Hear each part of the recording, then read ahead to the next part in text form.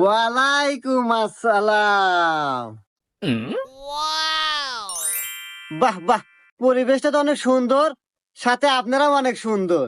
তো যাই হোক, মাস্টারি পাশ করিয়া ইঞ্জিনিয়ারিং ফেল করিয়া আজ আমি এই এনজিও তে চাকরি নিছি। আমি এই এনজিও তে 20 বছর হলো চাকরি করি, মানে 20 বছরের অভিজ্ঞতা। আর আমার এই এনজিওর নাম নিয়া পালাই। মানে আরে ভাই থামেন, আবার এইটাও পাইবেন না যে আমি কারো বউ নিয়ে পালাই যামু। আসলে আমার এনজিওর নাম নিয়া পালাই। তো যাই হোক, ওসব কথা বাদ। আমি মানুষের উপকার করি।